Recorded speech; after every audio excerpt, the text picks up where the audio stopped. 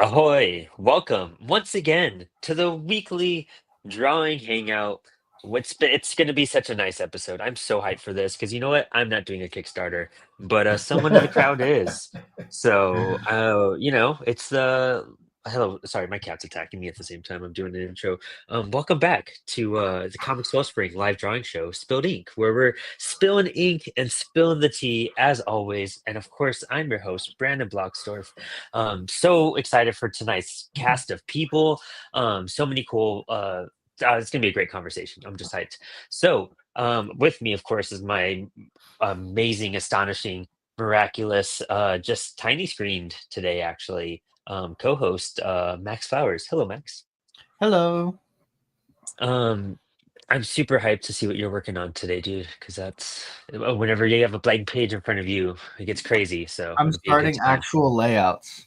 It's a miracle. Ooh. Yeah. What I want to just try and start it, actually do some like sequential comic work and see what the fuck happens.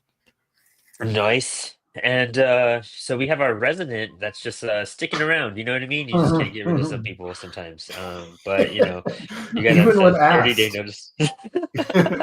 Like, please You, leave. No you way. invited me. No. But we have Jade Lowder with us, of course. Thanks for coming Hello. tonight, Jade. Yes, of course. Thank you so much for having me. Always. And someone's doing a Kickstarter in the crowd, and we haven't said it yet, but we have actually it's your first time on the show, which is insane. Dan Yeah. Price. What's Hello. up, y'all? How you doing? Doing Brandon, great. Max, Jade. Good to see all of you guys, or draw with all of you guys. You're I've one never of done this the before, so yeah. you've completed your like I think everyone who does all three shows like gets a trophy. You know what I mean? Like I got to make medals that you're like on Spotlights or on Inspired Ink or on Spilled Ink. You've hit them all. So it's just like the Five Timers Club on Saturday Night Live or something like that. Yes. You get a Yes, smoking dude. jacket or something Yeah, badass. I was gonna say jackets. I think we Yeah. all need jackets. Oh yeah, crushed velvet jackets. Yes. I need, and it's got the little gecko on there, embroidered on, real nice. Oh, Yeah, I amazing. Well, you'll get badges when you get like new shows come out. We're doing a new show right now where it's in development. I just got to work on it, but I'm gonna be like reviewing or going over comic books and everything. And of course, Bigfoot Knows Karate is gonna be there, and it's a horror show, Hey, and Bubbles and whatnot. But it's like hey. once I get you guys into that, you guys get another badge. It's like a stripe, maybe every Nice. time. Yeah. Yeah. Yeah, a little racing stripe down the side or something. Yes, They're an yeah. old guard. Yes. Um. But Dan, dude, Bigfoot Knows Karate. Oh, well, real fast, William Ibanez says, Yeah. "What's up, everyone? Hello, William." What's up? But Bigfoot, dude, you're crushing it right now. I'm so hyped for you. This campaign has what, 8 days left right now? 8 days left right now. Yeah, we are $51 away from our next stretch goal. Ooh, Yeah, get in on the action. You're gonna get trading cards. We've been doing trading cards as stretch goals since the get-go. This will be more to go along in the monster series. I think so far we've had Bigfoot, Kung Fu Thulu, Asterion, the Minotaur, and Chupacabra with a shotgun. So we'll continue doing more of the monster cards for this particular stretch goal. So I'm excited for that because those were really fun. Everybody seems to really dig on those. And yeah, so exciting. man, yeah, I'm Yeah. sharing the Kickstarter page right now on the screen. And dude, it's so cool. I love seeing like where your art has gone, like since you started this journey too. Thanks, man. Hustling. I don't know what to say to that, but yeah, you keep working at it, and just keep I mean, shit, dude. I look at all the people around me and you just can't help but be inspired and amazed because I'm I mean, look at Adam's stuff right there, then on the video. That's incredible. I'm always blown away by all the peers and pushes me to go harder. I just color real pretty, I think is the best way I can put it. But yeah. I don't know. Your hand right there? No, that's You stock. know? That's stock image, bro. I just photoshopped out the screen. That's That's my. a good, yeah. I love that. Yeah, dude, this the tiers. I mean, here, there we go. It just started up on tiers. Oh man, so cool. Do you get some great variant artists on your books too? Oh man, I'm real lucky, because like, well, Adam's this will be the fourth cover he's done for me, and then Luis, this will be a second, and then an old friend Ghost House did the deluxe limited, and so that was really fun, and and then I did one as well. Yeah, if my attitude is whoever does the regular or does the interior should do the regular edition cover. So, so I got to do one this time, which was fun. And mine was a little different. I didn't go for the big action pack shot or the bloody scene, like I normally do. It's a bunny, but Yeah. it was reflective of the story, and I wanted to do a cover that was reflective of the story because, a lot of times, with action comics, it's just very much a posed shot and that sort of thing. And so I just wanted to do something that, vibed with what we were trying to go for in the comic. I love that. Yeah, it is. It does set a vibe up for sure. It's a total mood cover, and I love that. Yeah. I think it stands out because of that too. Well, and all four of the covers, each of them have a different aspect of the book. With Luis is focusing on Grisha, the big bad guy, and then Adams with the Mothman, and that whole thing, and then you get a little bit of Chupacabra with Jay's book with Ghost House's cover. So it's cool. I tried to kind of give them a little bit of something different each, so each one of them had their own identity, so to speak, and told their own aspect of the story. Dope. I love that. So, I mean, you've gone so far with Bigfoot. Like, are we going to be looking at more in the coming months, years? Are you just like a train, like just rolling through stuff right now? What's your progress like? So I've got the chapter 3 going on here. Got to get that finished up, and then we've got another side story that's already in production right now. And so that'll be a lot of fun. We did this with Hennigan, where we had, we told a story about the character, but, from a different time period of his life. And so with that, we get to explore some different things, and we took the story all the way back to feudal Japan with that story. And, this one, I'm not going to go into too much detail, but it is going to, well, we'll just say Bigfoot has been accused of the murder of Odin, and I'm just going to leave it at that. And y'all can just kind of digest that how you want. And so, we're really trying to do something different with this character. Bigfoot, is not just, in our universe, in our world or whatever, is not just this, gorilla man running around in the woods. There's just there's a lot going on, and there's a lot we can do with the different mythologies and the different cryptids and kaijus related to said mythologies. So I'm excited to where we're going with it. For sure. There's a lot planned, because after we finish this arc, the one that we're doing now, then there'll be another. So Casey and I we got a lot of plans. What was that? It's really rad that, like, you and Jade have built universes that you've also let other people play in the playground, and it works out really well. Him doing that book with Depillis was so cool. And it's like an expansive, I love seeing that in indie, where you're like, we all give each other opportunities, but getting each other opportunities in our own realms, like, that's even more fun, I feel. Like that's like honorable practically. Well, thanks. Not on Jade's part at all. I would just say, like it's really cool that you have a story that people want to be attached to, like. Well, we want to do a lot of side stories. I mean, Max and I talked a long time ago, and Max, don't think I ever forgot about that conversation, because there's a side story that I want to do. There's artists I want to work with. Okay. And there's stories we want to tell. And there is so, it's just finding the right story for the right artist at the right time kind of thing. But we want to do, there's so many stories we want to do. Like we're working with Justin Adcock on this new side story. Casey's taken the helm on the writing and doing all the amazing shit that Casey does because he's amazing. And so he's doing all of that. But we've got but Justin is coming in with just some killer black and white artwork. And it's and the artwork really goes along with the tone of the story. So like for Max, like I just want to do this thing that's like, because based on like the art that you did, Max, you know what I mean? Like it just invokes an emotion, and it's like trying to find that right story to go with that emotion. You know what I mean? It's just matching it up properly. So it's exciting, with all the different stories that we've concocted.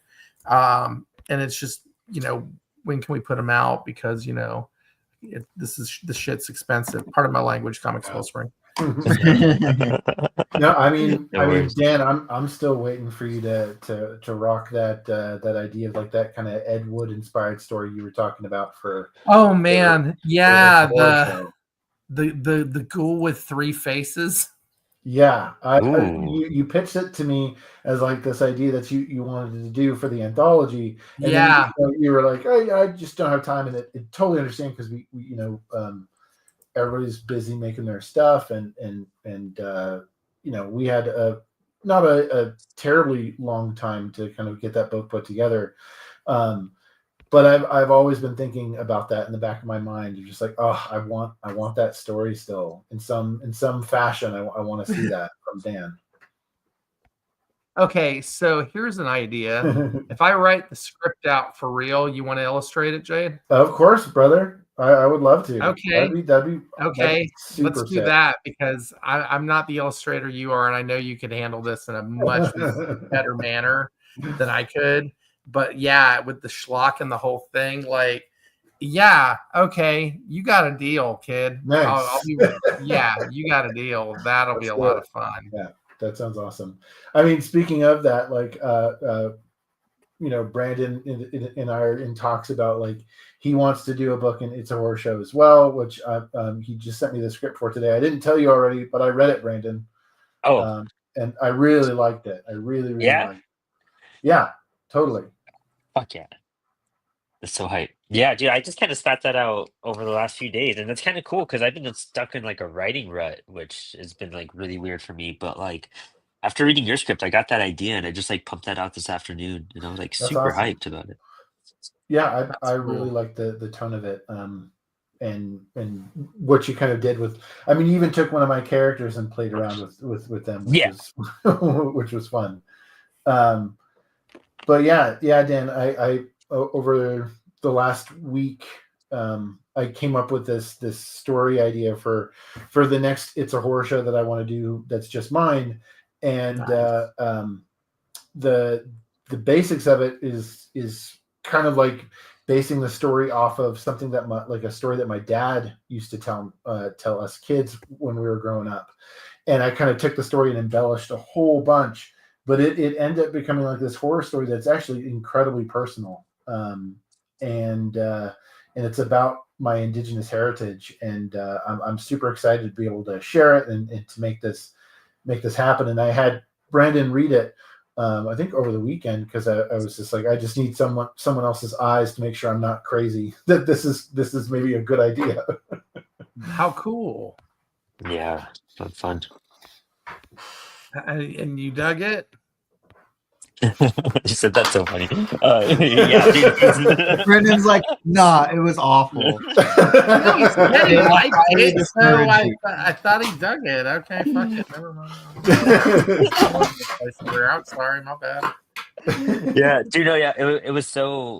I felt like it was an evolution in Jade's writing, and after it's really cool seeing that with people that like when I read any of your guys' comics, and it's I've known you guys for a couple of years now, and it's cool being able to notice like, oh, there's a lot of growth here. It's like a different flavor, an experiment, like, and I love seeing that. Plus, then I got a story idea, and I used one of the characters from his script in that book in the story, and it just worked out really well. That's awesome. Yeah.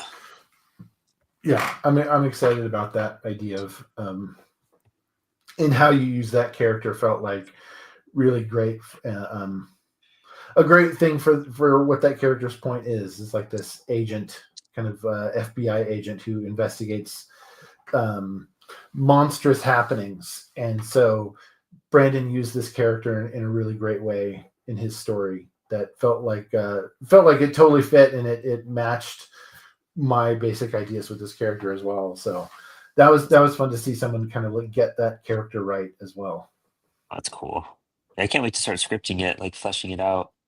I've been doing outlines like that because of Fake Your Death. Because actually, I just got all the pages back from Fake Your Death today, so I'm gonna finish writing the last two scripts and then send it over to Max to letter it. But it's been really interesting working with China because there's like 4 parts to this book, and every part we wrote it differently. Like the first part, I gave her a full script, and then she drew it. You know, she just stuck to the script. It was just standard. The second part, I broke it down page by page on what I thought was going to happen on that page, and then she, you know, kind of Marvel style, just drew the entire page. So I'm gonna write over her drawings. And then the third story, I gave her just like a small plot idea, and then she drew out the entire third part of the story, and now I'm going back and seeing what she did and writing over that too. And then the fourth part was like a back and forth kind of idea, but it was really short. It was like 7 pages. And so we kind of That's like a cool worked way on to do that. it. Yeah, I get a lot of, I don't know, it's kind of interesting. You don't realize how much you trust another creator until you do like a weird writing session like that. Like I was so I think it's gonna be fun though. So I'm gonna be bridging all these. I waited for her pages to come in because she just sent me the middle part of the story. Um we also did them out of order. We did part 1, 3, 2, and 4. So they're all over the place. Um and like, you know, progress wise. But yeah, it's super cool. She just absolutely killed it. Oh, we have Saeem Malik saying hello. Also saying, writing about the past of your blood is always interesting. I recently found out my grandfather fought in World War at the age of 14, pretending to be older. Whoa, that's Whoa, that's insane. intense. That's wild. Yeah, that's super. I mean, yeah, way to pull from a story, though. You know what I mean? Like, Yeah. My I don't even know technically what she is. We just call her Aunt Betsy, but I think it's my dad's cousin, and she's the oldest one of the family. She wrote a book about her experience living in China, oh and wow. then coming here, and like the generational trauma that got carried throughout the family, from like her mom and then down to her and then down to all of her siblings. And I always like that, those stories always roll around in the back of my head, and it like I would love to go talk to the other people in the family too and get their side of the story and what their experience is, and then tell that story through comics. It would be really cool to eventually do it, but it's a lot of Yeah, research. serious like generational work and research and like sitting down to tell like a bio comic like that. And sometimes that stuff can be easier, you know, like there are a lot of folks who have done kind of like very serious or you know, serious, I mean just like research based kind of memoirs and whatnot, but then they get like additional funding either like through a book deal, like an advance to kind of help with that process, or like, you know, a grant or something like that, to kind of aid in that. And I'm always like, yeah, you know, that'd be such a cool thing to kind of like embark on is something along those lines. And I'm like, man, but I'd have to hunt for that funding first, and that you know, just to make it more feasible. And that stuff is tough. That's yeah, really, because it's really competitive. Yeah, and I've never been like super attached to my Chinese heritage, and so it's only like recently that like it started to reconnect, and we've been talking more. It used to just kind of be a thing that we ignored and not really talked about. I mean, I totally get that. That's it's not completely how my like native, like my indigenous heritage is, but a bit like my dad, very proud indigenous person, and that's kind of the side of my family that's indigenous, and my mom not so much. And you know, even now that my dad is gone, he's passed. It's that's like part of my life that unless I really grasp onto it and whatnot, it's tough. It kind of goes away because my mom is not a part of that community the way that my dad was. Sure. And so it's up to you to carry it forward. Exactly.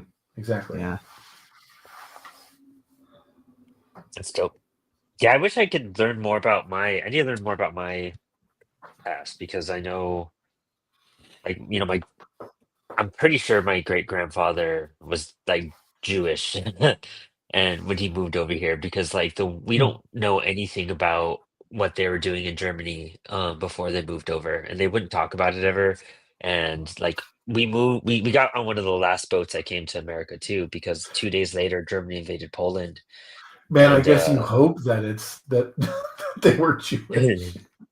I mean, I don't know, man. I just feel like they were like they're just hiding stuff and just trying to get away, and he just would never talk about it. So like even finding like anything towards that, it's just completely stashed. My grandpa doesn't have anything.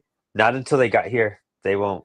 And then apparently when they were still alive, they just wouldn't. They'd always change the subject and whatnot. And I kind of have that hook in my nose too. You know what I mean? Like it's slightly there, so you just um. But that's always super interesting. I love hearing about people's ancestry. So my family, my 23andMe was no shock or secret when it came back, which was 98.9% Ashkenazi Jew. There was no doubt in whatsoever in my DNA what I was, nor did I ever think anything different. It was funny because I mean I was like, oh, you could be this, you could be that. No, it was just all there. It is. You are what you are, sir. And so that's hilarious to me. My family history, though, it's funny because on my mother's side, we were a bunch of entertainers and musicians and artists and stuff. And my great grandfather was my great great grandfather was a musician, was a ventriloquist. Okay. What? And the last name was Jacobs. But everybody in England, if you were an entertainer, you took on an Italian name because that was like, you know, the cool chic thing to do. Trendy yeah, it was the trendy thing at the time. Like, I'm an artist. You know. Yeah, so you took on the musicians especially, but entertainers by and large at that time in vaudeville and all that. So he went by the name Vento the ventriloquist. Vento apparently supposed to be meaning the wind. That's what I was told. What do you know? I don't know. I could Google it, I suppose. But and so he had a son who was a band leader. My great grandfather, who was a band leader, and his name was Joe.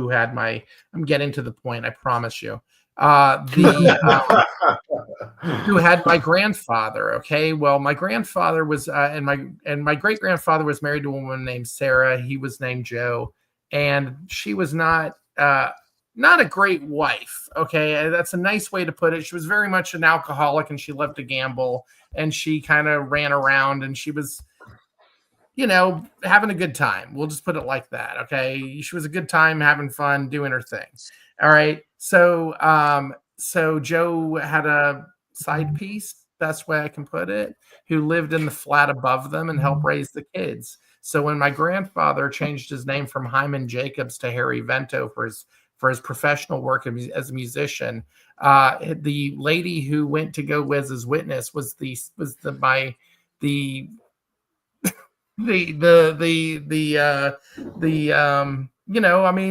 lady who was messing around with his well, with Mistress. with the father. Yeah, it was the mistress. Thank you. Oh, wow. And so my mother actually was named. Her middle name is named after the mistress.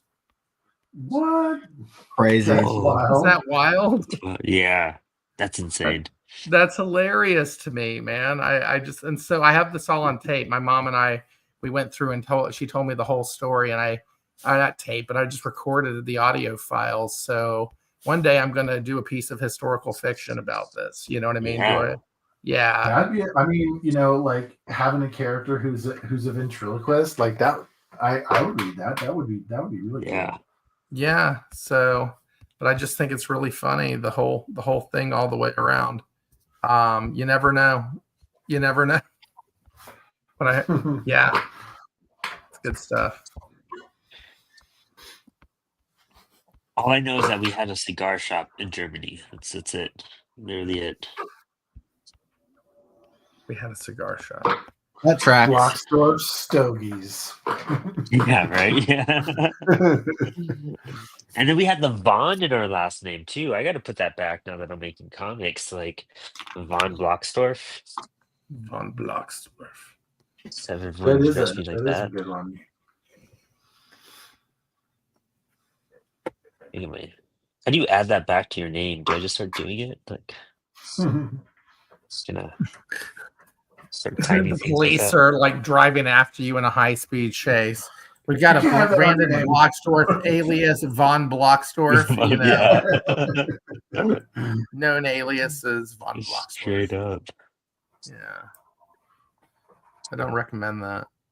The alias thing. You'll have to. Gotta get that permanent. How do I earn that back into my name? Is that like something you earn? Although or I is it know just, like, that's what I'm going to start calling you now when I see you. Yeah. $1. I call him Bloxdo because when we were at San Diego, Oh yeah. they misprinted his like name tag, and it just said Bloxdo, like his name didn't fit. Bloxdorf. Yeah. Sounds like a children's toy. Bloxdorf. Yeah, it does. Dude, I'm gonna make a fake Throw ad. your Like blocks though. I'm doing your blocks. Love that. I'm so glad I decided to save this for the show because I was just going to be making panels and I was like, I don't want to just map out panels. And I'm getting faster though. What we're doing. It's great. Oh, this is looking great.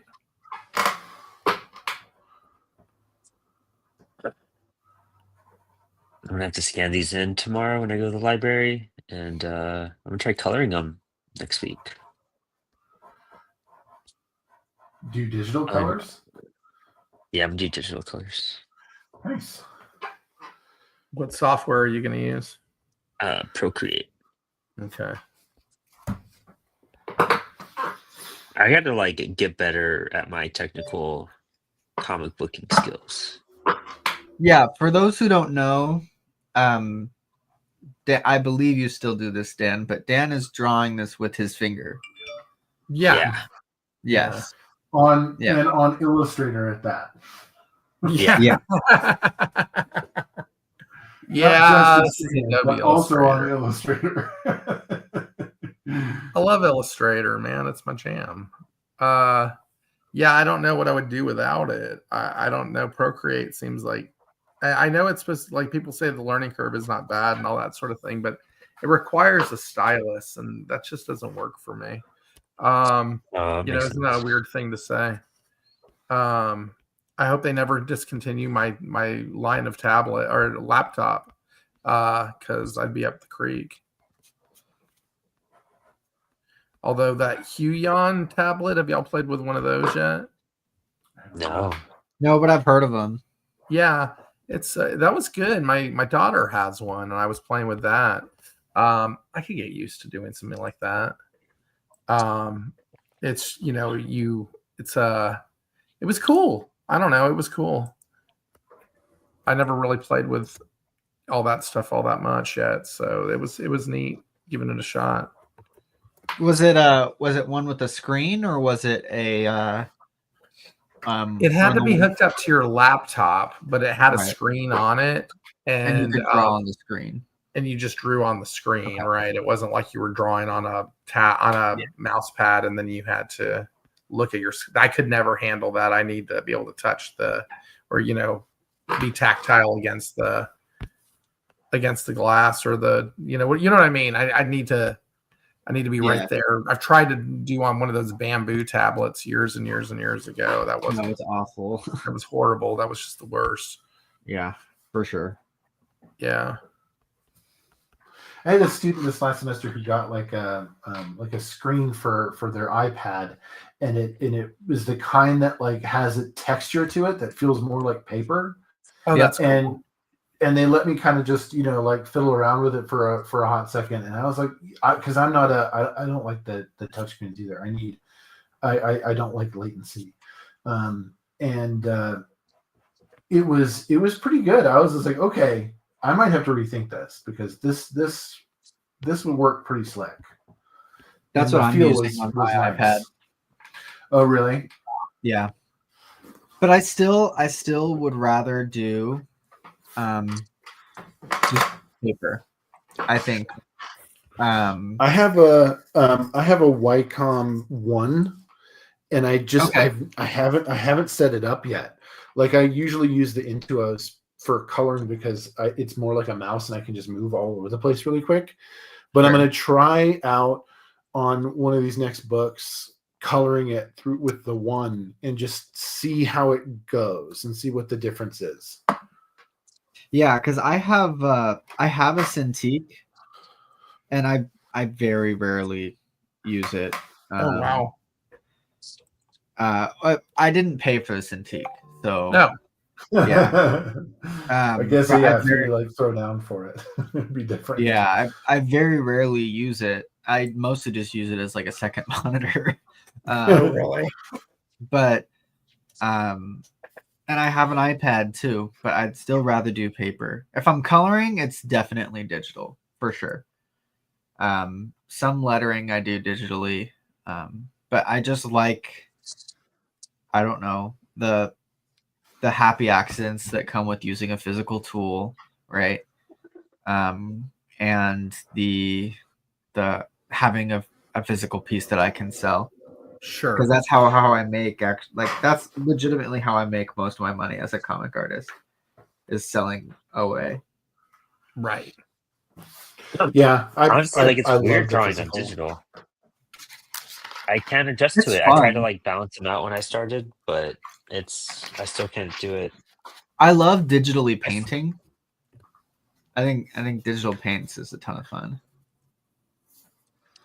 I gotta do colors more in general. Someone in the chat, summer project. Saeem just said, "Finger, that's insane." Yeah.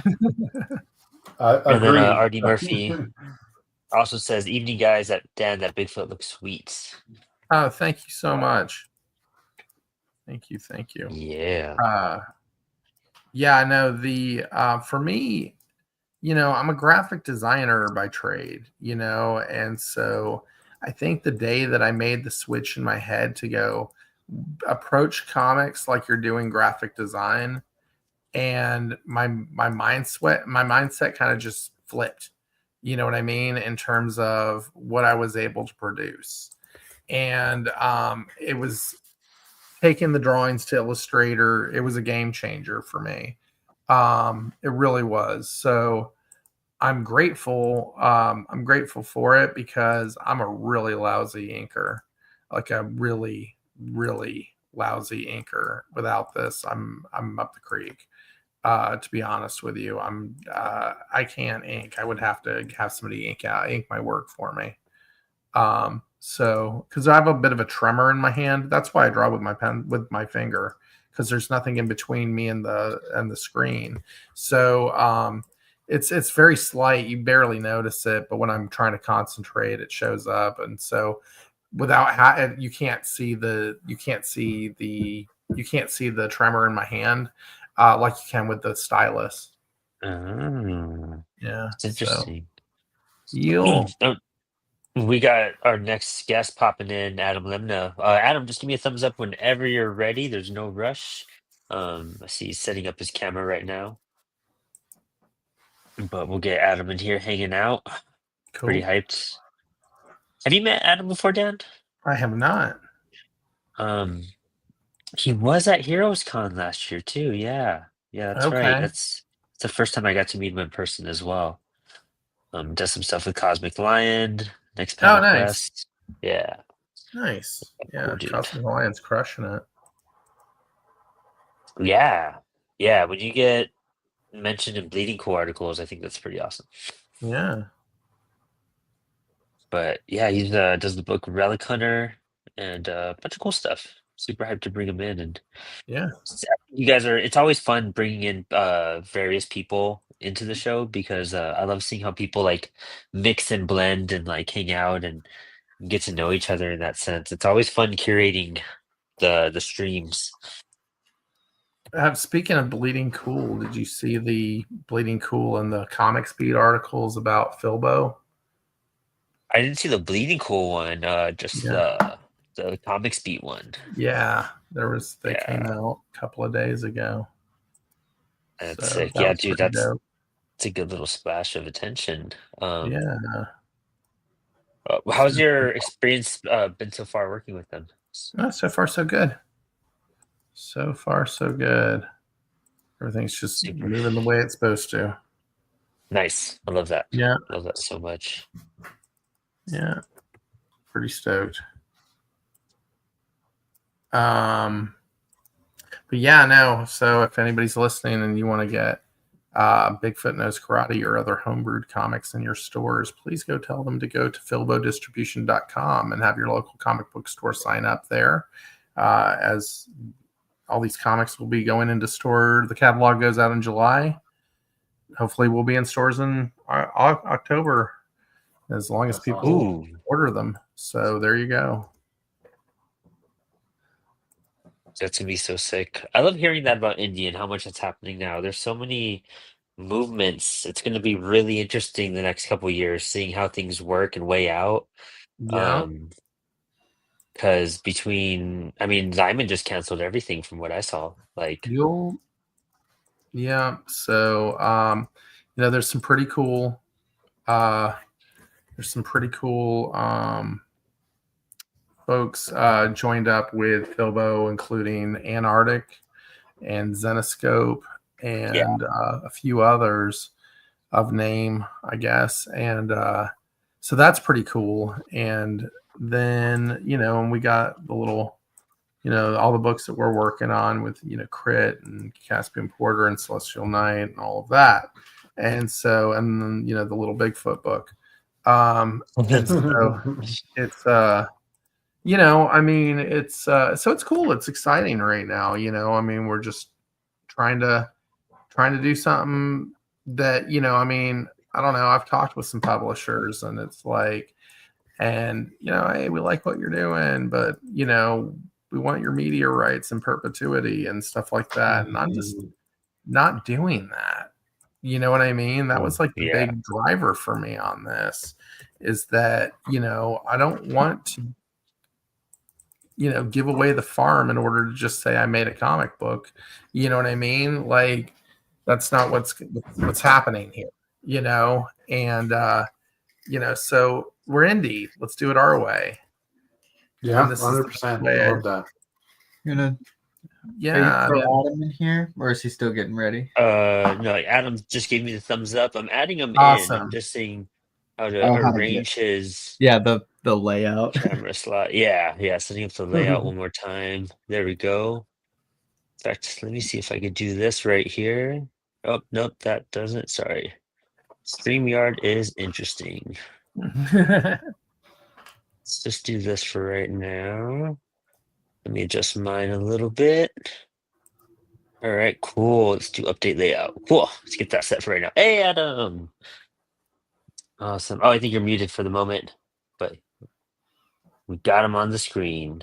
Yeah, it's so even with StreamYard, it's kind of crazy because like depending on the camera of what people are using, it only gives me certain dimensions, and I can't like resize stuff. You know what I mean? I can only make the camera screen bigger or larger. But yeah, that's better. Cool, cool. Yeah, we got Adam here, dude. So hyped to hang with you. I think you're muted right now, though, Adam. Just so you're aware. But yeah, Adam's been on the There show we go. before. We did. There we go. We did There we Conan last time are. you were here.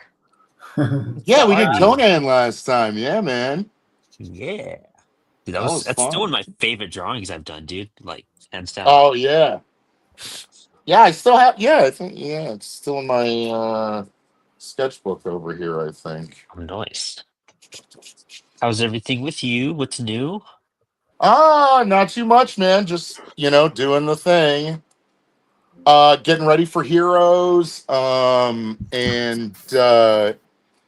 I've got kind of a super secret thing about to drop right before Heroes, so I'm Ooh. really excited to share that. And yeah, I mean, I might as well say it here. It's cool. I've got an art Ooh, let's book do that it. will be there. Um, Yeah. 30 pages. And I'm really excited. Called Retina Burns. Nice. Yeah. That's Super awesome. hyped. Adam showed me the cover and Booby, dude, get off the computer. Come on, guy. Come on, get off the computer. Adam showed me the cover a few days ago and it's awesome. It's the coolest thing. I can't wait because it's like you do so much cool work like that's not in comics. I'm super hyped to see what you included in here. Oh, thanks, man. I really appreciate it. I did all sorts of things. I've got some Inktober stuff in there, commissions, pinups that I've done for other projects, and just a bunch of stuff from my sketchbook as well. Ooh, that's Yeah, man. awesome. It's gonna be a lot of fun. What has happened? Booby. I'm just Jesus. working on a little Doom at the moment. Nice. Oh, Aaron Lee said one of the best voices in comics. Oh, I love it. let's see. What did you do, Cat? The cat stepped on the computer. And oh, there we go. I fixed the layout. Cool. Yeah. Every time. The crazy thing, the one positive thing that when my cats step on the computer is I learned how to troubleshoot so fast. Fix what they Yeah. fucked up. My anxiety wakes me up a bit more. Like it's a whole thing. Like a whole jolt to the system, man. Yeah, exactly. 2-hour show cake when you have cats. You'll be awake. Dan, are you doing Heroes this year? I am not, unfortunately. I will be in Ireland for work, so I will not be able to attend. Yeah. I don't know if that's an unfortunately. Well, Yeah. yeah, it's gonna be cool. I mean, do not get me wrong, but like the FOMO is gonna be real. You know what I mean? Oh, Like I same. love Heroes Oh Con. yeah. I love yeah. Heroes Con.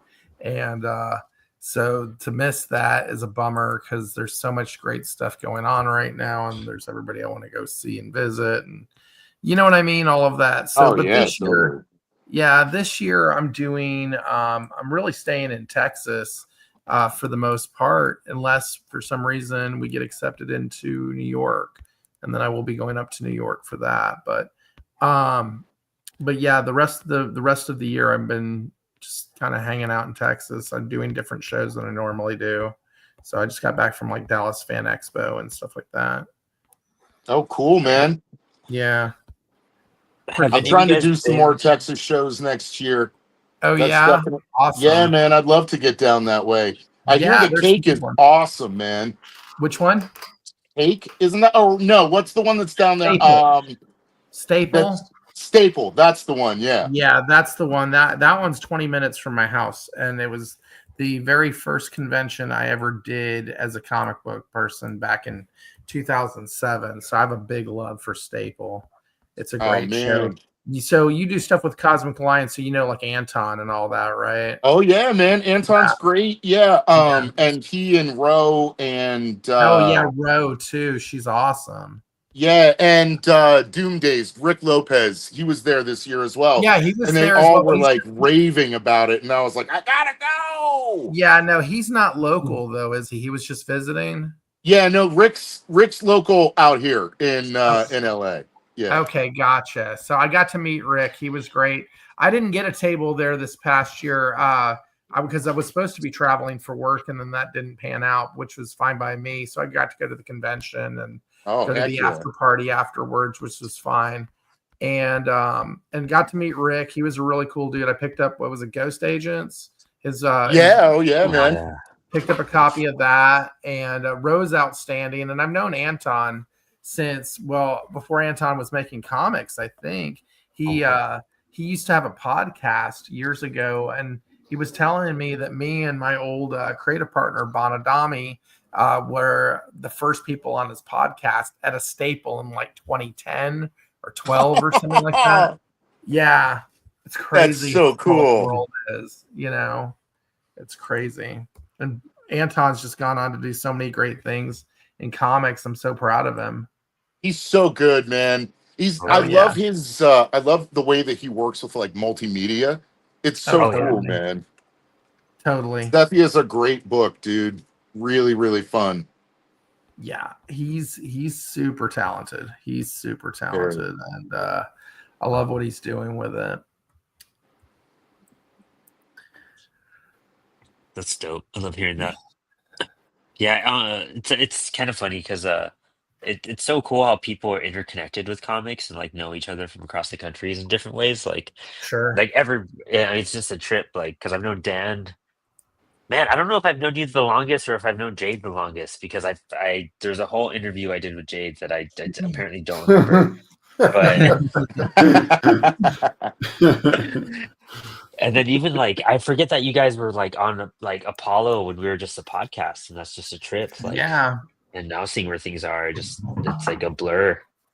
Yeah, 4 years, real with fast. you and the other Brandon. Yeah, that was a long time ago. That's right. I forgot about that. Yeah, the interview with the Brandons. The double Brandon, the Brandon connection, whatever you want to say. Yeah, it was it goes a long time, I mean, and it's really, if you really break it down though, hasn't been that long. No, that was like 3 years ago. 3 years ago. 4 I mean, years it's ago, not even 3 years, not even 4 years. Yeah, I mean, it's not that long. And it's just so awesome how the fan community became the next level of the independent community and is now becoming the next level of like the mainstream comics community, man. It's awesome. Yeah, it's a trip. It trips me out every day when I think about where everyone's landed in the last couple of years. And just bringing creators on the show, you see that growth and like how everyone's just put out books or just evolved or stepped up their game or just involved with different people now. Like it's interesting. It reminds me of the way that like bands were before like music got ruined by like Napster and stuff like that in the 90s, when like you were in like a part of a city and like like if you were in a band, you'd know all the other bands that are in that part of the city, you know what I mean? And it kind of feels that way about like comics, in that sense that like all of us sort of know each other in a way because we sort of came from the same mold a little bit. Mm-hmm. And it has that kind of like indie feel to it that I really dig. Well, and I think there's so many folks, like, I mean, I've done comics for a long time, but I came back to it after a long break during the lockdowns. You know what I mean? Yep, and it was like, exactly. So there's like this whole generation of folks who found their voice, either found their voice, refound their voice during that period. And then, a lot of people went back to regular life after that. And then the rest of us are like, well, we're making comics now. And you're totally right. This is forever. Yeah. And it's funny, I've had this conversation with a few different folks who made it through, you know what I mean? And who kept going. And for those who didn't keep going, my hat's off to you for at least taking the plunge and making a book and fulfilling that kind of that bucket list item that you had, that you needed to, you know what I'm saying? Like that you needed to get out of your system. Like, rock on, I get that. And though for those who kept going, then like, Mazel tov, man, we salute you. Because this is great. Making comics is so much fun. And it's so true, like everything you're saying, because like I'm always in meetings at work, and You know, I do everything from like just like measure like competition to like figuring out like what's going on in the community to understand like, you know, where sales are gonna land and everything and health of the company and all that. And you know, I do so many interviews and talk to so many people. I hear that so much is like there's that big boom we had in 2020, 2021. And then around 2023, when stuff started really going back, like remote was cutting down, like people were either fried out or they realized how hard it was, or they just like, you know, couldn't find time again, you know, in their schedules. Like there's just a decline.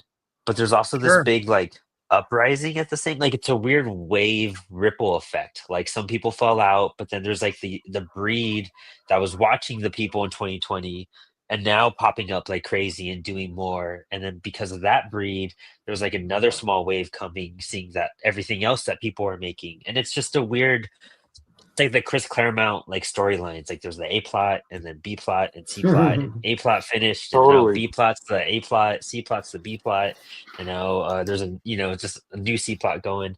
It's really interesting. I love seeing that, but I do love seeing who like keeps going because I love seeing where they end up. That's the funnest part. Salim says the market is, was, and always will be crowded. You just got to find your bubble and give it your all. Hard work pays. Just have a backup. Yeah, I mean, dude. I mean, I did Apollo as a podcast from 2018 to 2022, 23 before we started making comics. Like you just got to find. Once you figure it out, like you can figure it out. I think it's just figuring I it out is the also hardest part. I don't think I know anybody that makes comics that doesn't have some sort of a day job also. You know what I Sure. mean? Like that's it, man. Like it is you know, it's part of the game, especially for indie comics. Yeah, there are a few that don't, but like yeah, for the most part though, everybody else is, doing another gig. And I mean, so it takes a major amount of commitment. I mean, I don't have to tell you guys that we're here, aren't we? Yeah. But Exactly. but it does. It takes a lot, and but love doing it. Wouldn't have it any other way. That's for sure. Oh yeah. I know. I was talking to Jade about stuff like, and I was like, man, I'm just like stressed and tired, but like all this stuff going on. But I'm like, but it's all comic stuff, so it's really rad. So like, I'm like really excited, no matter how tired I am. But I'm just like, whoa, you gotta breathe sometimes too. Yeah, I mean it's For still work, real. Like yeah, it's stuff that we want to be doing, but it's still work, I'm busting Oh my yeah. ass all the time on this stuff, whether or not like I'm being paid for something or not. It's like it is still it's still the grind. Yeah, it's takes up a lot of time. It's just like no matter what, like how much you do or how good you are, like if you just keep that student mindset, there's always going to be something to do, like always something to improve or advance or Oh level up. yeah. I think that's why this show's been so fun for me again. I mean, doing these comic book pages has been so challenging. But it's been so fun. Like I'm tripping like this page, like I'm so tripped out on like what I spat out. And I was like really worried about this one. It's been a lot of fun. It's kind of fun surprising yourself when you do work too, which is always encouraging. Once you get past that like middle part where you just fucking hate it and you want to burn it and you want to give up, it's a lot of fun. Yeah, man. Sometimes Yeah. that part never ends. Yeah, no, dude, like 5% in, 10% in, I'm always really excited, but then like not until I get to like the 90% am I like, oh, I love this. This is really cool. Like I have one more panel here to ink. Like now I'm hyped. Like I hated this until like right here. And I just like now I'm like, oh, this has turned out kind of cool. Oh, and then give it a week or a month or a year or Yeah, dude, you're gonna whatever. hate it again. Oh god. You'll hate it again. Yeah, Yeah, man. Love it. Yeah. 100%. That's like the process of art. It's like the entropy. You're like always moving towards hatred of your own Yeah. art. Yes. Just adjusting that meter a little bit. Well, and you're also like constantly like falling in love with whatever you're doing now, Yeah.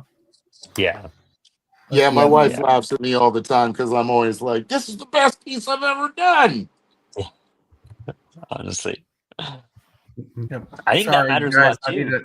I need Oh, to change my screen share real quick to a different oh, you're uh, good. program now. Sorry, I'm in Photoshop. You're safe. Uh, Get that back there. There you go. okay. Oh, that's sick, dude. Oh, thanks. Yeah, that was what I was finishing earlier. Now I'm going grabbing the thing that I'm doing for this for tonight. And I'm gonna hang out for another 15 minutes, I think, Brandon. Then I'm gonna jump Cool. off. If that's okay with you. Of course. No, definitely, dude. I'm glad you got to hang for a bit. Oh, I had a great time. Yeah, I'm enjoying myself. I just want to Me finish cool. out the color edits on this real fast, and then it should take only about. Right now, you're at let's see. I'll pull up your Kickstarter page just to show people Oh, real cool. quick. Share screen again. Bam, Badass. dude. 39.49. You're so close. 111 backers. I'm 8 so days to close to that. go. Yeah, man, $51 away from the next stretch goal, which we already have stickers, so we'll be doing the trading cards. We've got some cool stuff on the campaign. You can do a digital backing and get all 4 books for $15, which isn't a bad deal at all. So, and if you're interested, I don't know if any of y'all are old Image fans and remember the old Image Zero where you had to collect the coupons. But if you go and back the crit and that one right there, the Homebrewed Zero Ketchup, you can back crit and Bigfoot Knows Karate at the same time for $20, and you can get the 2 coupons to go along with the one you can get from Celestial Knight versus Caspian Porter. And then you can take the 9-digit code off the 3 coupons, and then you can go and pick up a copy of Homebrewed Zero, which is going to have 36 pages of original content, all with with original stories, including Bigfoot Knows Karate in there. And you get in a holofoil cover by Louise Thomas. It's going to be dope. Crit, Caspian, the Mo Lubasan's having a story in there, Celestial Knight. All of the stories are going to be all original content. So definitely worth checking out. That's a super cool idea. I love that idea of all of the different homebrewed books being in this kind of like a little story in issue 0. That's a great idea. Thank you. Yeah, I mean, we totally ripped it off from Image from like in the early 90s, not even gonna lie. But it was it was a fun thing that we could do. It's not like we're living in a shared universe or anything like that. So it's a fun thing that we can do as an exclusive and get, drive people to the website, number one, as well. And and it's, we'll do the story through, you can get the coupons through the Kickstarters, but then you can get this, limited as soon as, when orders are done on this, we won't be doing the holofoil on it again. So it'll be, cool. We'll maybe release it with a regular cover for conventions or something like that, but we won't do it as a holofoil again. And so I think it's a lot of fun. I think I did the foil for my backing. That's good to know. Oh, that foil that you did for the same cover artist who did my foil on Bigfoot 3 is the one who's doing the cover for Homebrewed Zero. Ooh, that's sick. Yeah, so it's real Jim Lee-esque. So that'll be a lot of fun. Yeah, it's Louise Thomas's work. And Louise has done a cover for me previously. So I'm gonna link you with Jeremy John Hansen. I think you guys will like him a lot. He would probably love to do work with you guys too. He's a good cover artist and artist. Yeah. Send me his profile or something. I'd love to take a look. Very much. Booby, I am gonna just get out of my way, Cap. That's right. Messing up my camera. That's funny. Anyways. All right. The hardest part about the show is the cats, dude. Like fighting them off is like the whole thing. Dude, yeah, it's so hype. I mean, it's so cool. Also, Dan, that 450 tier, you get a belt. Is that what? You get the belt. Yeah, so you can get the wrestling belt for $450. I will sell you not only all 4 covers of the book, the 2 deluxe, the holofoil, the regular. signed, but you will also get a Bigfoot Nose Karate Fiend Club World Championship that I will also sign. And we already sold one on the campaign already, so that's Heck pretty yeah. cool. And so that always, I had a very serious somebody very seriously interested in buying the belt from me at Fan Expo over the weekend. He was like, "Come on, 375." I said, "No, it's 450 firm." And he was like, "Come on, 415." I'm like, "That's it." He goes, "I don't have that much cash." And I said, "And you ain't got no belt, sir." I wasn't really. Now I can't, I can't, because I got to do the same thing I do for the Kickstarter backers. You know what I mean? Yeah, I get that. Yeah, that just seems fair to me. And but he was a very nice guy and totally understood. So thank you, sir, if you're listening. We'll get you on the next time. I love that. But I love the belt. It makes me laugh. Dude, that's awesome, man. I'm so hyped for that. And that belt's so cool. If you ever see Dan and you check out his table, like take a picture of that belt. It's the coolest feeling ever. Like everyone, I highly encourage. I highly encourage you to get a photo with the belt. D Hausner, y'all know D, right? Yeah. Yeah. We love D. I know Jade, you know D because yeah. I just finished drawing D a little bit ago. Oh, did you really? He's right here in the center as a zombie. Oh, that's awesome.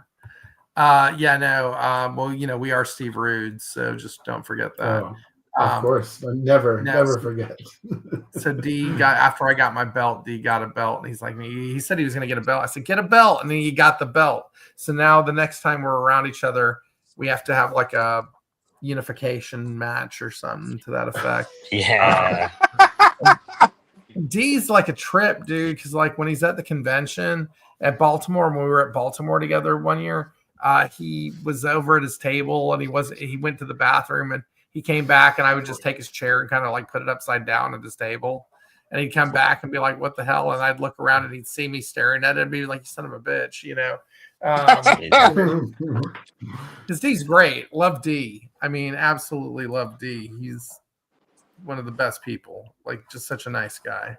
So, Dan, you remember this last time at Baltimore, and I told you about that story that like I went into the restroom and somebody was like whispering my name in the restroom. You remember me telling you about that?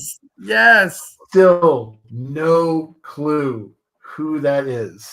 Oh, that's funny. That sounds like something for years. It sounds like something I would do, but I swear, dude, it wasn't me. Like it wasn't. Like I would have admitted by now. Like I can't hold that stuff in. Like, yeah, I wish I knew. I was dead sure it was Mark, but Mark was like incredibly serious with me once, and he was like, "No, I did not do that." That would seem like something Mark would do too. Yeah. Yeah, straight up. Yeah. That's too funny. Oh, you were asking me about how cousin Gary's doing, by the way. Oh, right. Yeah. Yeah. I saw him over the weekend. He was in town moving his kid into his place for the summer internship that he's doing at Texas Instruments. So he was there in Dallas while I was up there for Fan Expo. So we hung out. Him and his both his boy, or 2 out of 3 of the boys and his wife were there. And my sister and my brother-in-law live there. So we all went out and had dinner and stuff like that. We went to Bob's Steak and Shop, which is nothing to sneeze at. And it was fun, man. And he came out to the con one day and, and hung out for a while. So it was good to see him. He was all like, "So you going to Baltimore?" Yeah, with the Gary voice. I can't do it. But he was asking, I told him, no, I'm not going to make it. But I think he's going to come out to Greater Austin Comic-Con in July and hang out. So that'll be fun. That's awesome. Nice. Yeah, that was a blast getting to meet him and hang out with you the last time. That final night in Baltimore when we went out to the Crab Shack. I mean, yeah, that lives in that lives in. That was fun. Beating crabs up with hammers. Yeah. I'm hungry. Give me a mallet. And that's how you stay off. It was a good last day for the con of just like taking out like I mean, I know you're like a master salesman, so like I'm not gonna speak for you on that one, But that Sunday of Baltimore was a rough day, man. It was so slow.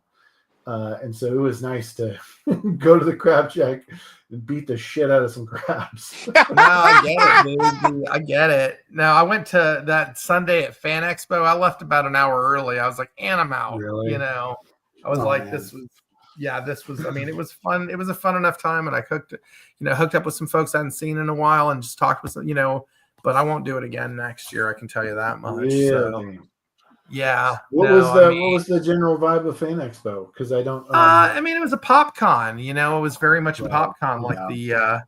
I mean, like the headliners were like, they had the cast of Back to the Future there, and Fluffy Iglesias was there, and and Elizabeth Shue. You get the idea. I mean, that kind of thing. So it was. I mean, for people who are trying to pitch, OG, original comic stuff, it's not an easy audience, I mean, just wanted to tell stories about a Bigfoot that doesn't knows karate, guys. I mean, come on, Yeah. But I mean, look, I made my expenses, I covered my expenses, I stayed with family, so it was like, it wasn't like some financial beating, but at the same time, it was like, I don't know if I'm worth driving 4 hours to, just to recoup. Yeah. Yeah. I feel you, man. You have to be, as an indie artist and creator, you really have to go to the shows where you're going to make money, man. That's it. Sure. Yeah. Yeah. But this year was a year of trying some different shows, because I mean, I've done Comic Palooza in Houston. I've done, several times. I've done all these shows several times. So it's like I wanted to try some different ones out. I went to South Texas Comic Con in McAllen this year. That was awesome. That sounds awesome. Cool. Yeah. Yeah, it was a great show. I mean, I'd do that one again. I'd try that one again. I will never do Central Texas Comic Con again. I know that. You know what I mean? Like there's certain ones well, sorry, boys, but if you didn't, for the show promoter who doesn't want to hear it, but yeah, I'll never do your show again. Sorry, sir. You gotta, I mean, you gotta promote, and you gotta, you want to do conventions that promote their conventions. You know what I mean? And who get behind the people who paid money to be there, and promote them. And so you mentioned Staple earlier. Staple's a fantastic convention. I'm going to be at a show in San Antonio in I think November called Comics Art San Antonio. I've heard a lot about that one. And, and it's like Staple, you know what I mean? But they're gonna have like Rick Leonardi and folks like that there. But it's hey, what's up, Austin? How you doing? But it's gonna be there's so many great indie creators that are gonna be there. I'm so stoked to see everyone. And so we shall see. But listen, guys, I need to get out of here. I've got 15 minutes before the next thing to do. Oh, sure.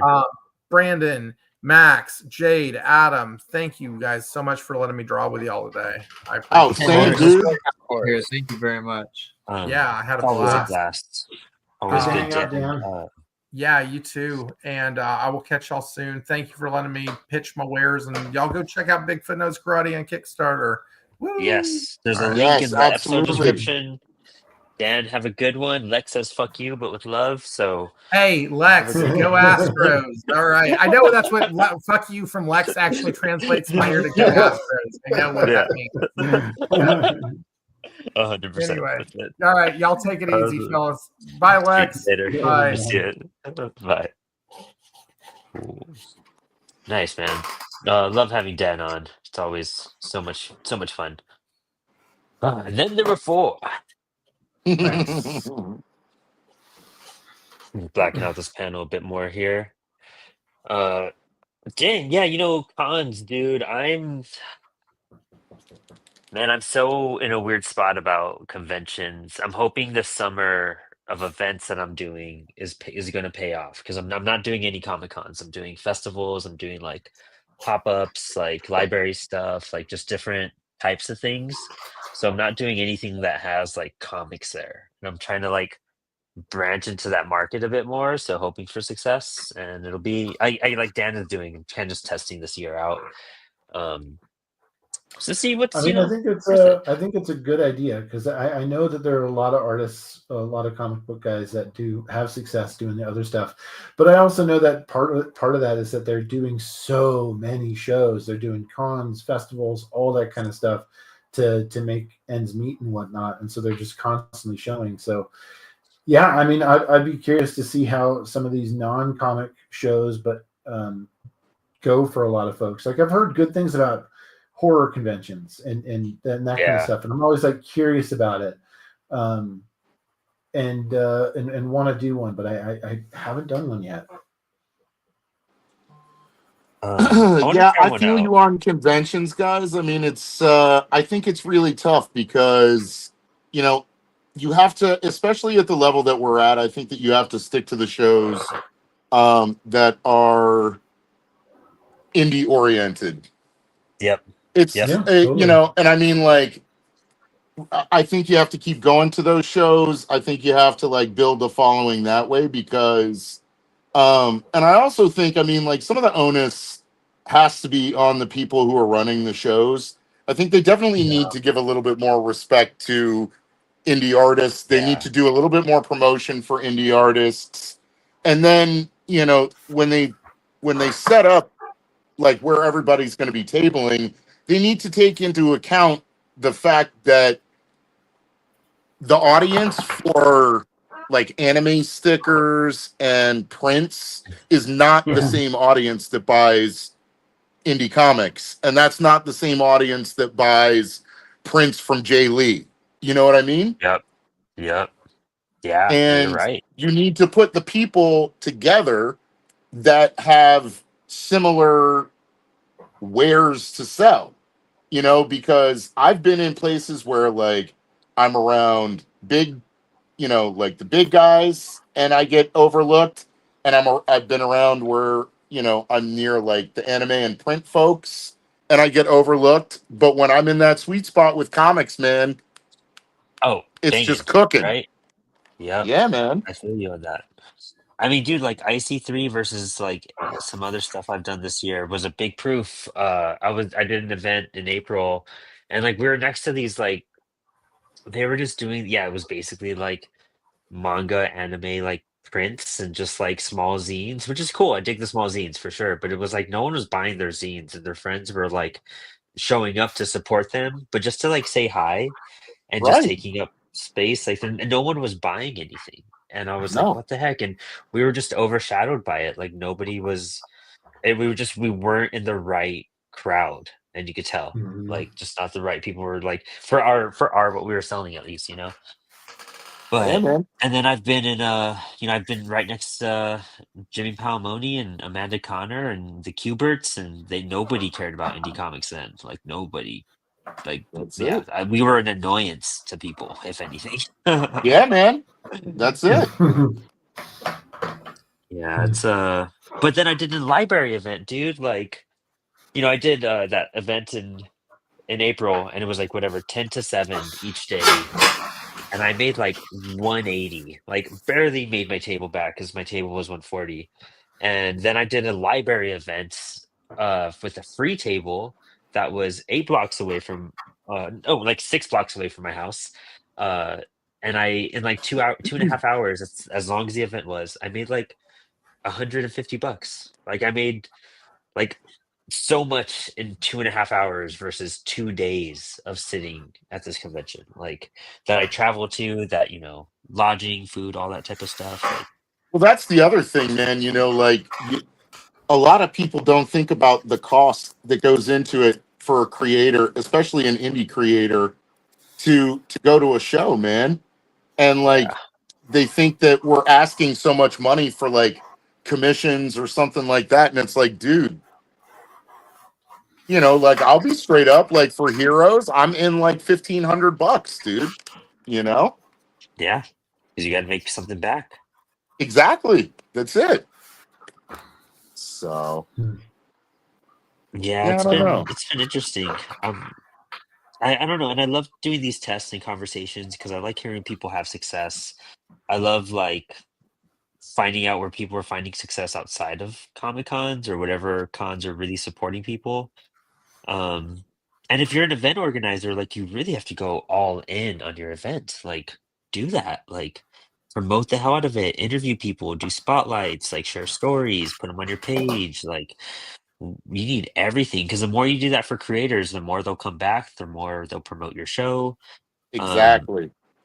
Because honestly, I don't think I'm ever going to do that show in that I did in April again because I just didn't have a great time, and it didn't feel like we got promotion or anything from them either. So Yeah, it man. happens, but it's shitty.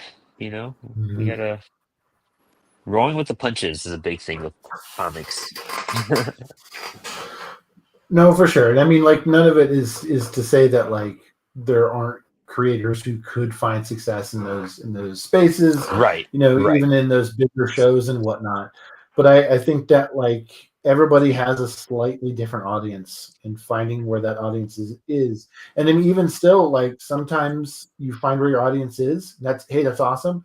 The next year, your audience might not be there. You know, and Yeah. Or if that's you don't have also something part of new, it. Or there you go. you, Or if you don't have enough new, you know, like when I was in Baltimore the first year, I did great, and I had like people buy every single issue and all that kind of stuff. And I went back to Baltimore the next year, and I had a two new issues of a comic, and I would get some repeat people who would be like, hey, I got all your stuff last year. What do you got new? And they bought it, and that was awesome. But it was just like, but I'm not selling them all the old stuff anymore because they already have it. And so yeah. then you got to also think about like, okay, well maybe it's time that I got to like find a new market too, just to be able to find an audience who doesn't have everything. Um, I mean, it's also like I don't know.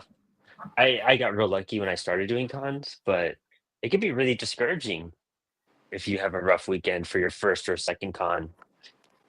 Yeah. That could kind of stop you from doing it, especially if you don't have a community to like bounce back on and like reassure you and stuff. That's a whole. That's where like community is the most important. I feel.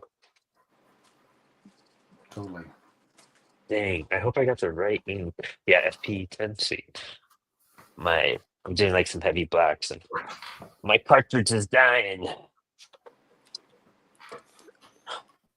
But I don't know. It's cons are weird, man. The investment. I don't think the investment's been worth the pull lately. Um, but it's like tour, like bands, like what Adam was saying earlier. Oop. Bands that survive are the ones that are always on tour. Like always, always like Kevin Delgado. That dude's always doing a con. Like Yeah. he's killing it. No, that's a good point. But it's like, I mean, if you have that money and that investment, like do it. Like I'm sure it pays off, but it's rough because I don't got that money. Yeah, I hear you, man. Um, No, no. oh, dude, my one of my camera stands on my phone holders did that recently, and it was the worst thing in the world. It was driving me crazy. I was This, ready to, yeah. yeah, I was ready to launch my holder across the room. I got flustered. I was like, That's about how I feel right now. Hold on. I was like, I gotta breathe. I gotta find some peace. That's it. And then I was like, if one of you fucking cats messes this up, I swear to God, like this is not. One of you is gonna be homeless again. I'm just kidding. Don't do that.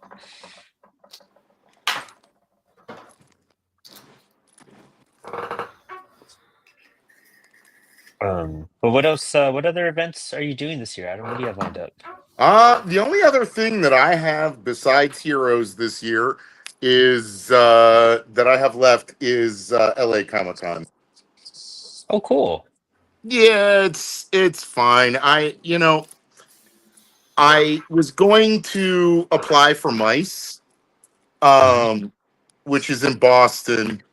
But you know what, man? I just decided in the long run that I'm going to save money, and because Relic Hunter 2 is going to be going to the printer in July, and then next year it's all going to be like It's going to be like a million places to get it done. So I Yeah. might as well relax.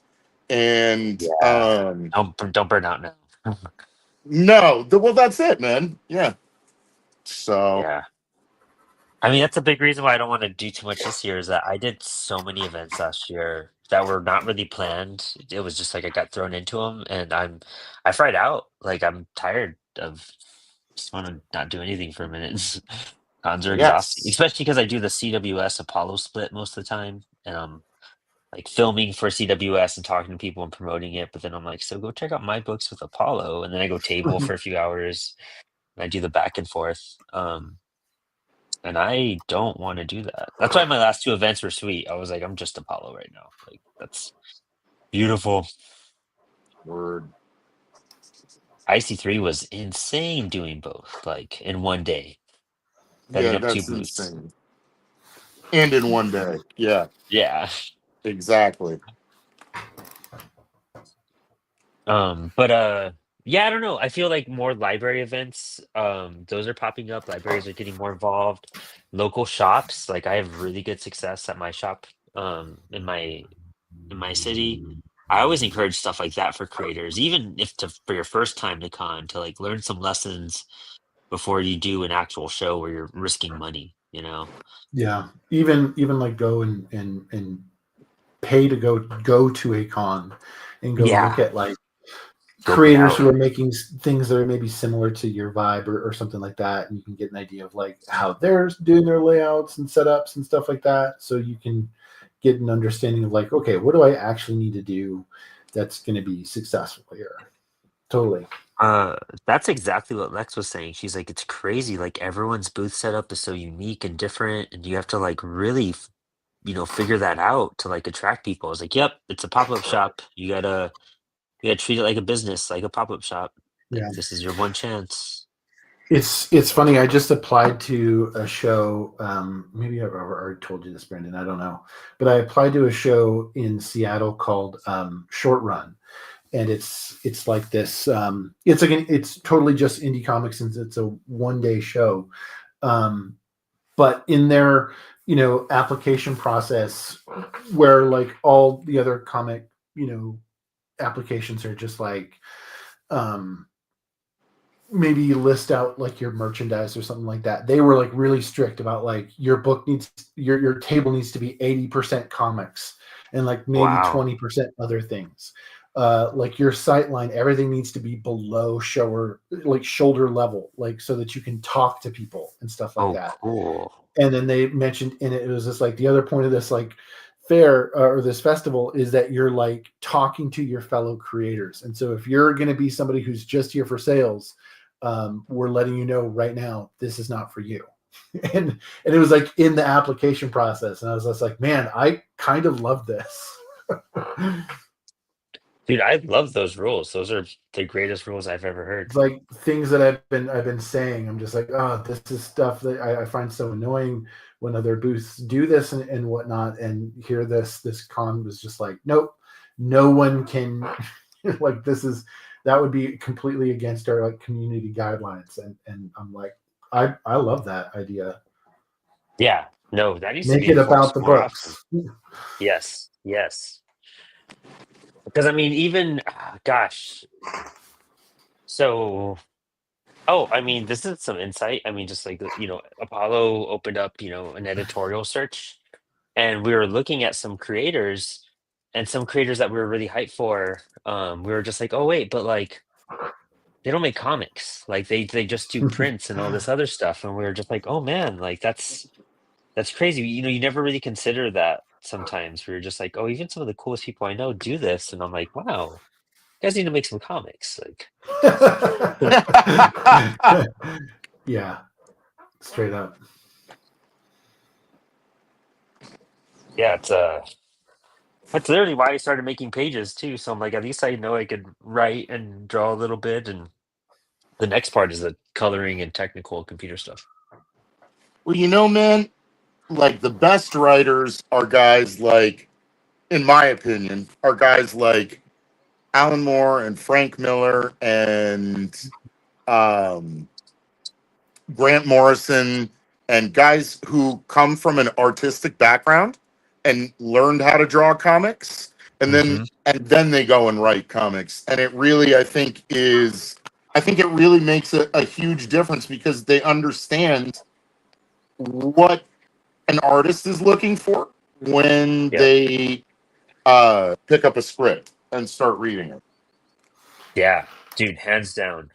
Scott Snyder was the same way. I found out. I didn't realize he was trying to be an artist for a while, and then had to decide like I'm gonna either write or draw. And I was like, oh, that's crazy. Like I didn't expect that from him. Um, which I mean, if we were still doing last week's stuff, I would have done the plug and been like, that's why you should all pick up a copy of Panels so you can learn how to write and draw. And We're just my we're gonna segues plug it. last week. It's like muscle memory at this point. We're just gonna be plugging Yeah. the book for forever. My segues for that were getting so much better, like every episode.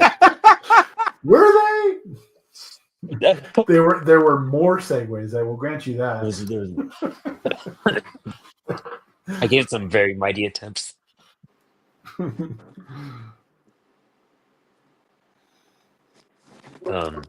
But no, it's so much fun. Like I think if you're gonna be absorbed in a craft, you should learn every aspect of it. That's kind of why, like, I don't know. I'm a little biased against like people who do reviews if they don't if they haven't attempted to make what they're reviewing. And that's probably a little snotty of me. But like if you're gonna review a film or a comic and you don't know what it takes to make a film or a comic or know any of that, like the process, like the true process of actually going down and doing it, you know? Like I don't know how valid your opinion on that show or comic is. No, Well, I mean, there it is, I think man. that's totally fair. Like how are you gonna tell me what's good if you don't know how to do the thing yourself?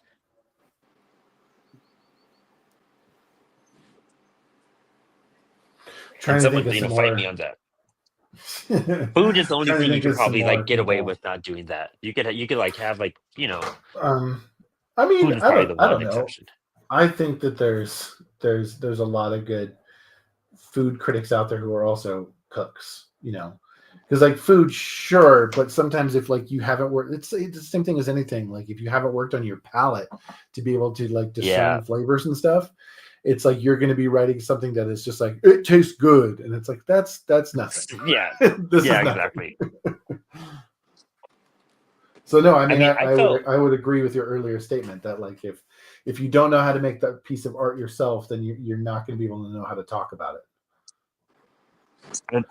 I struggled when I'd get to the art part of doing reviews when I wrote for websites and whatnot. I was like, I don't want to sound like I don't know anything, but also like this just all looks really good to me. But like I can't do any of this. Do another one.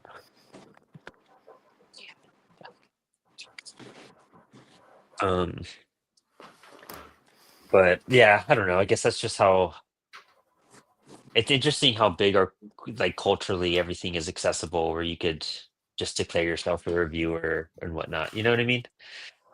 I guess I did that with I did that with the podcast, I guess. But I guess Apollo had intent always too. It was always just to study and get better at craft. So now I'm right. I don't care. Yeah, don't backpedal. You were right the first time. Yeah.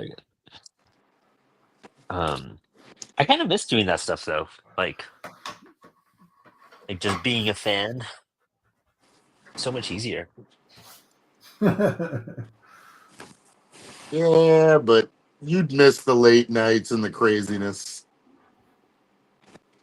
Dude, I'd be so lonely, like if not, because I'm like I wouldn't have any friends, I don't feel.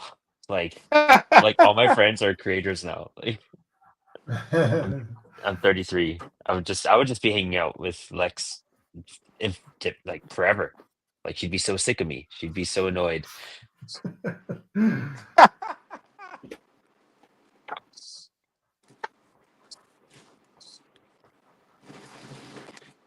Like what would you be doing if you weren't doing art and comics, Jade? What is your Oh man, I this is a common question I ask my students too. Is like if you weren't in art school or on the road to become an artist, what would you be doing?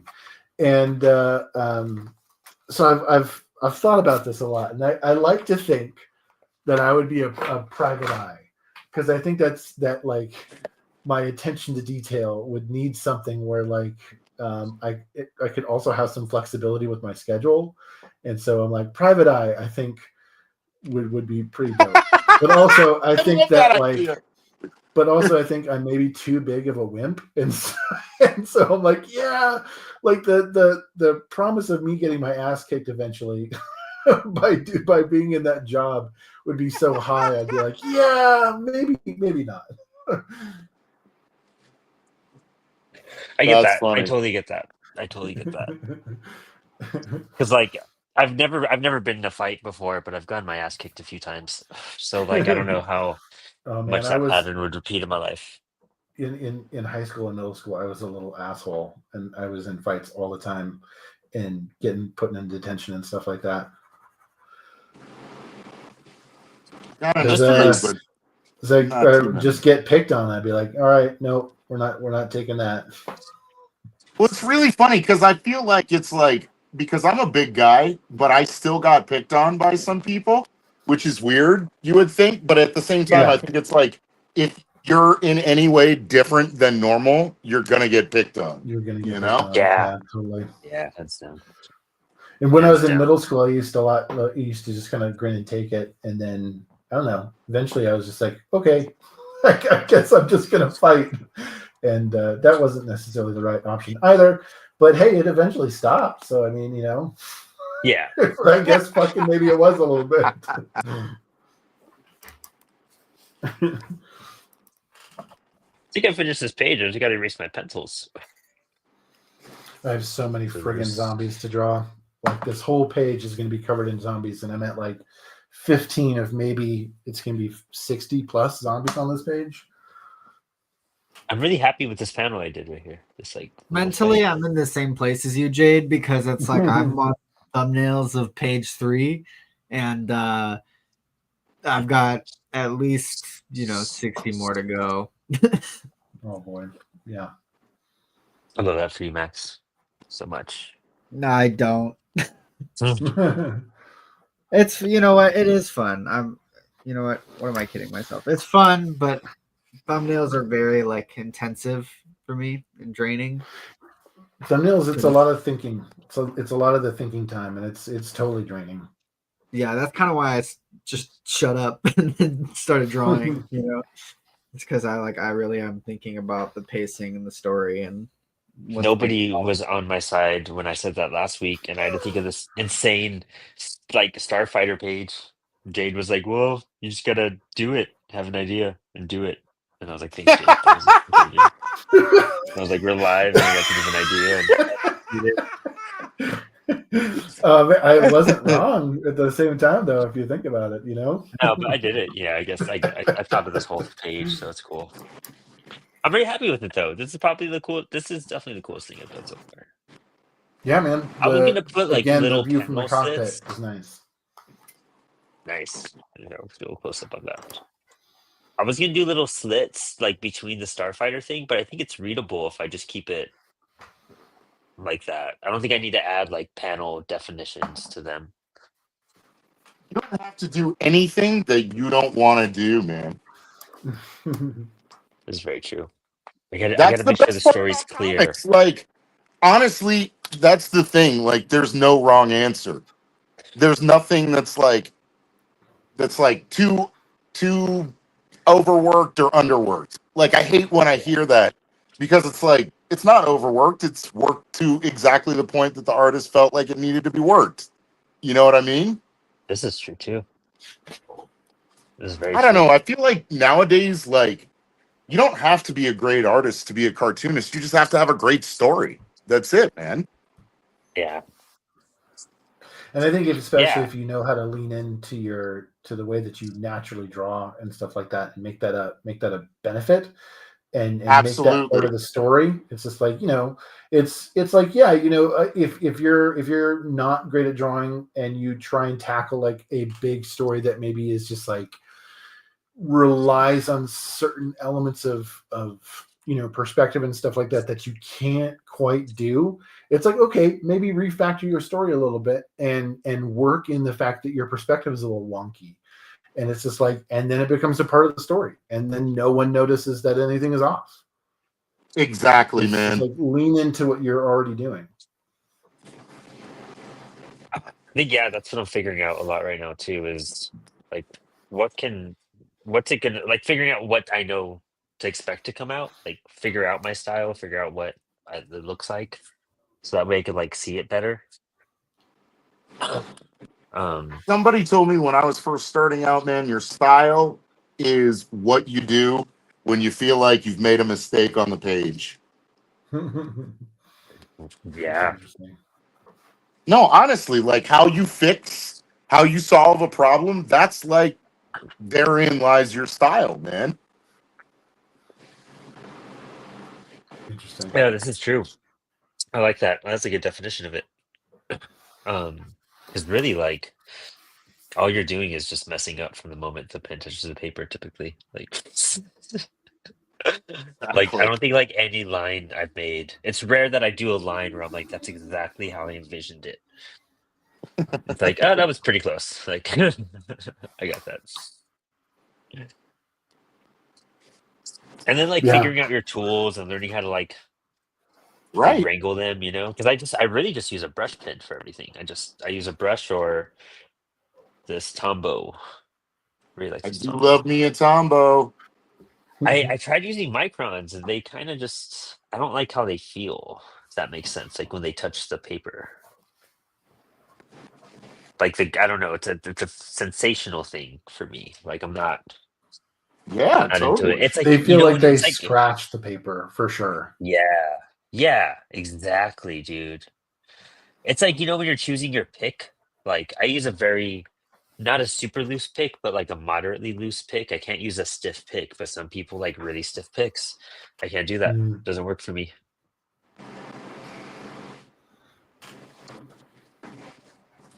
Yeah, I mean that's a good point. I like that idea of sometimes the where you're at with the errors. When I started this zombie page, I had a completely different idea about like how the perspective was going to be, and then as I started kind of like drawing with it, I started noticing I was like making kind of reference to that classic Justice League cover, the one where like Guy Gardner is kind of like looking at the camera and everybody, and it's like looking above and looking down at Oh, at the that Justice League. the Justice League Um, International, the Keith yeah, Giffen one. Yeah. yeah, that one. And I was just like, okay, well, I can do that perspective, so I'm just going to lean into that. And so this zombie page it ends up is just being like kind of an Oh, homage to that cool. It's with sick. D Hausner in the center being the being our Guy It, Gardner. that's like good timing with like the Superman movie coming out because that's a big inspiration on that movie. So we could just market that, make a couple Yeah, bucks. realizing the way I draw Doug Knight is very like Nick Frost. He looks, he's like the LKC Nick Frost. It's amazing. Who have you drawn the most? Is it Doug? I feel like you've drawn Doug. I've drawn Doug and D a lot because D was in the last book as well, and Doug was in it for like very briefly. I mean, I guess D was too. Dan was in the last book a lot, and so it probably was Dan, but Mark was in it too, and Mark's a big character in this book, so it's probably in this current book. So it's honestly probably Mark. Wow, that's crazy. It's dope.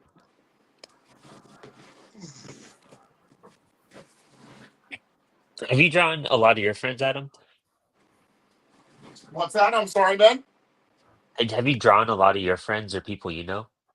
No, I have not. And you know what, man? That's something that I've always wanted to do.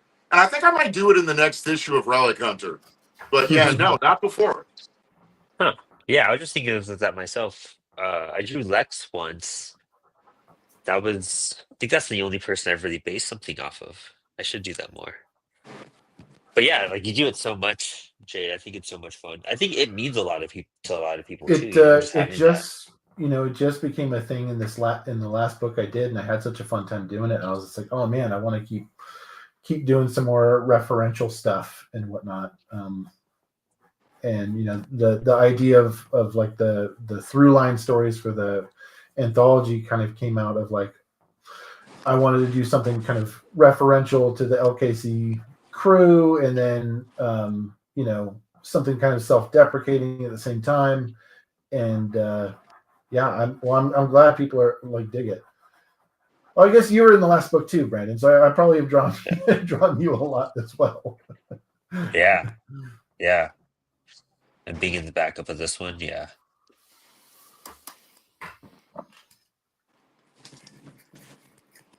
Be doing some thumbnails now, figuring out some poses. This That is to me about is always like, that's almost like harder for me figuring out poses sometimes than it is like actually like figuring out like story kind of stuff, because like I always want to put my characters in like dynamic poses, and I feel like normal poses just feel so boring in comics. yeah, I feel that. I'm trying not to be too generic, but also like fun, you know? Totally. Oh, fuck. I hate when I have to like erase the thumbnail too, when I'm just like I just put that in the wrong spot and I have to restart the I'm just position. doing this That- entire thing in pen. there you go. My thumbnails. Yeah. I use for thumbnails the sheet that Ed Pisker put up actually on his Patreon a few years ago. It's like it's all to scale, and it's great for like Procreate. It works really good for like, it's got like 30 pages on it or something like that. Oh, that's cool. Yeah, man. That's for this. I what I use for my thumbnail papers actually are the slip sheets I get from CWS, like when I Yeah. order books.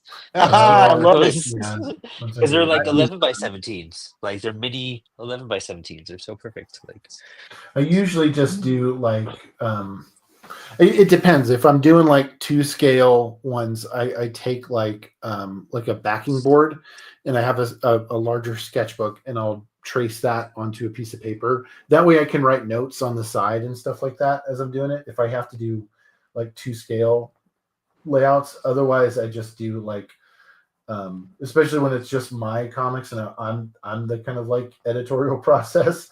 I only ever do thumbnails.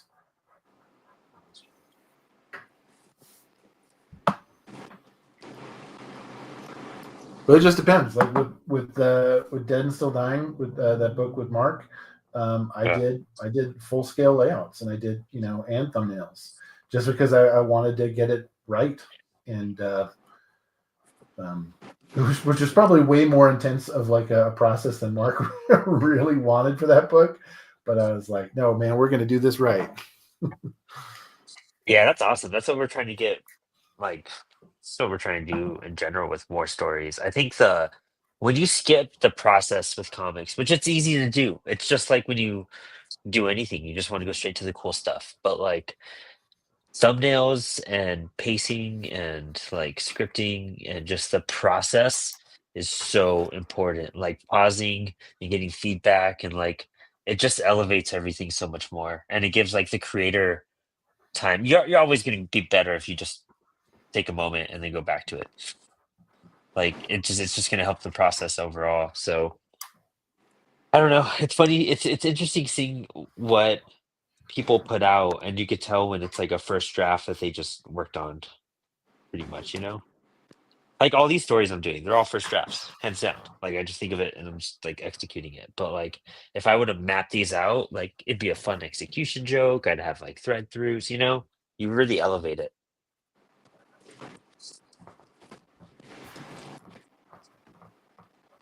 Choose an action pose now too.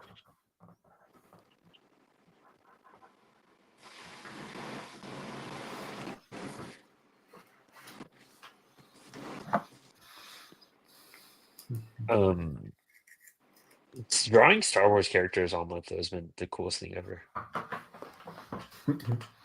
What remind me what this next page is going to be? Um, Oh, it's this is the stormtroopers, right? yeah, Stoner Troopers. Um, Stormtroopers, yeah. yeah, so I have like these two troopers hanging out behind like some crates, and they're smoking out, and then the second panel, like a Jedi comes down, landing on the crates, and they're like Jedi, and like this is post Order 66, and so I'm gonna have two poses right here where they take out their guns, each one of them, and then just like mass firing shots in these two thinner panels, and then this second to last panel, um, it's gonna be both stormtroopers just standing there, and they're like, "Damn, we missed," and then the other ones can be like, "And this joint went out," and then on the last panel, one of the troopers is gonna shoot just once, and it's gonna like reignite the joint, and then he's gonna be like, "Great shot." So that's gonna be that's my.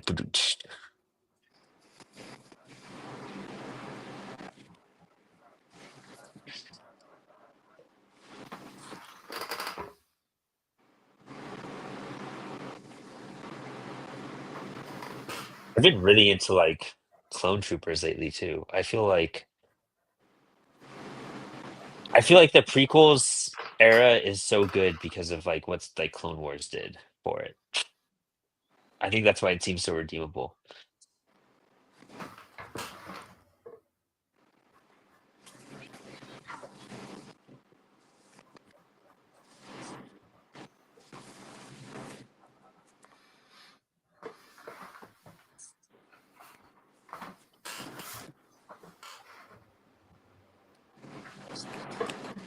Um, dang. You know, the one thing I do need to work on the most is like consistency, like in comics, just like in drawings in general. In what way? Um, like if I do like when I was doing the ships, like I was making little minor tweaks to it. Like probably no one can really tell unless they really look at it and it works. But like I knew I was being inconsistent on some like the wing shapes, like in the bigger panels versus the smaller ones, because I kind of switched up TIE fighters, like the idea I wanted. Um, or even with the lightsaber stuff I was doing, just being more consistent in the details of things, or to make it reckon the I guess silhouette of it. Oh yeah, definitely. Detail is always great, man, for sure. Yeah, whenever something's like stuck, I'm just like, just add more lines and it'll Yeah, like I don't know. I think actually sometimes simplicity can just tell your story so well, you know. Oh And sometimes yeah. it's about detail that serves the story or makes it feel alive. You know, otherwise For it's Yeah. sure, just not just detail for detail's sake. right. Yeah. Yeah. Yeah, that's what I mean. Like when you're just like this isn't working, like it's not coming out, like you can't see, then you have to like flesh it out a little bit more. And sometimes like I love when I do like a bear drawing, like where you're just like, oh, there's like four lines here really, and it looks dope. It's exactly how I want it. But man, I guess backgrounds are a big thing as well. You do really good perspective backgrounds, Adam. Oh, thanks, man. Yeah. It was one of the things that I wanted to like. One of the big reasons that I did Relic Hunter in the first place was that I wanted to get better at certain things. So I wanted to get better at perspective, and I wanted to get better at figure drawing. And I figured there's nowhere to hide when it comes to a barbarian with the figure, so it forces you to really like up your game. And then when it comes to like because I come from filmmaking, it just feels wrong to me not to have more of a background. And it's really funny because like I've noticed that a couple of times in Relic Hunter issue 2, I've done things without like backgrounds during like action sequences. And I feel like really good about it, but I'm also like, wow, I can't believe I actually did. You know what I mean? It's like it feels really weird to do it that way. Hmm. That's interesting. And that's the coolest thing. That's, I mean, the best way to get better at like something you suck at is like, well, I got to figure out how I can like put this into something I'm doing. And That's it, man. You just gotta like do it. You know what I mean? yeah. And do it like 50 times, do it 100 times, do it 1,000 times. And then it doesn't feel like so weird and like funky because like definitely perspective feels weird and funky when you start doing it Oh for yeah. sure. I haven't dived into it much, but the more I do stuff, it's just the more I'm realizing how wonky. How you just kind of warp your brain a little bit around it. I got a couple of like little lessons from Kevin Catalan, and he's really awesome, man. Yeah, I would reach out to him. He also teaches classes, and he was able to put it in a way that really made sense to me. And then it was really interesting. I found this old. You know what? I'll see if I can run upstairs and grab it real quick. I found this old perspective book from the 40s or 50s for architectural drawing, and it's been so amazingly helpful. Hold on, let me see if I can That's grab it real quick. yeah, that's sick. Yeah, perspective is just it's Jade, you're really good at that stuff actually. Like I think about the poster you did for It's a Horror the breakup. Oh, thanks. Yeah. Yeah.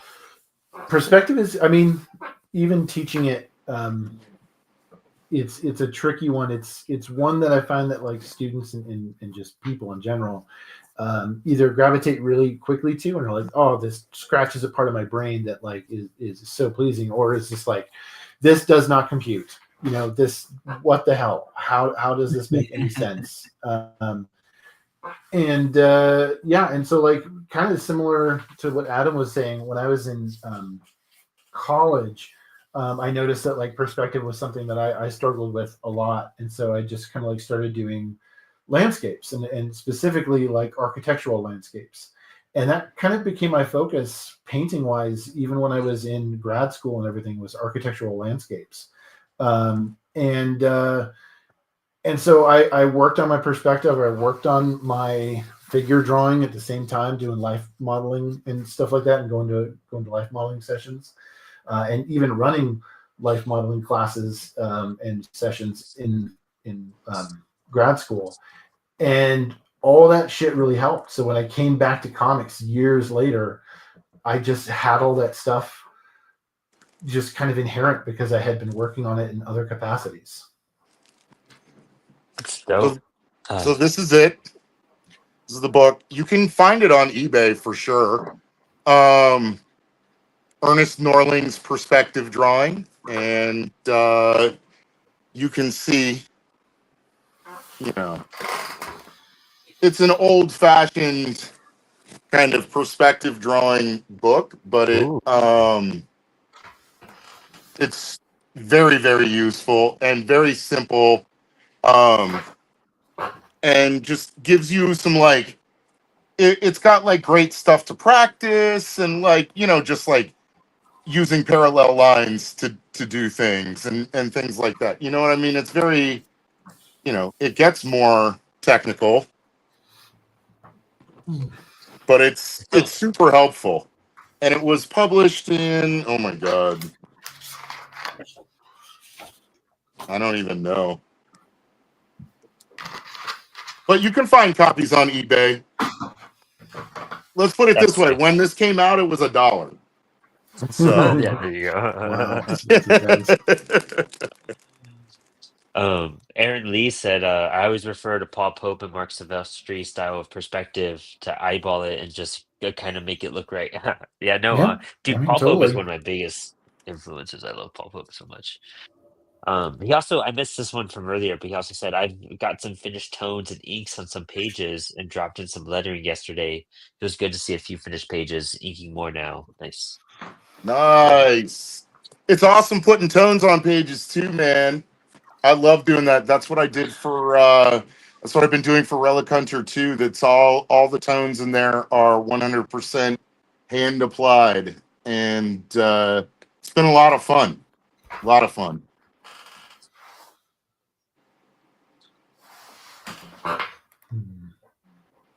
Love that. Nice. I Trying think I to got this all thumbnailed. or at least Trying just to like think of some loose. more fun references for zombies in here. I did like a punk rock zombie wearing 3D glasses, but now I need some more. I even did I did a Michael B. Jordan zombie from Sinners. I hid him in here as well. Oh, that's sick. Nice. I'm super hyped to get to start working on this more. I don't know if I'm gonna go and like do what I did last time and draw them and lightbox it again, or if I'm just gonna do it all on the page and hope for the best. They're clone troopers, so they're kind of easier.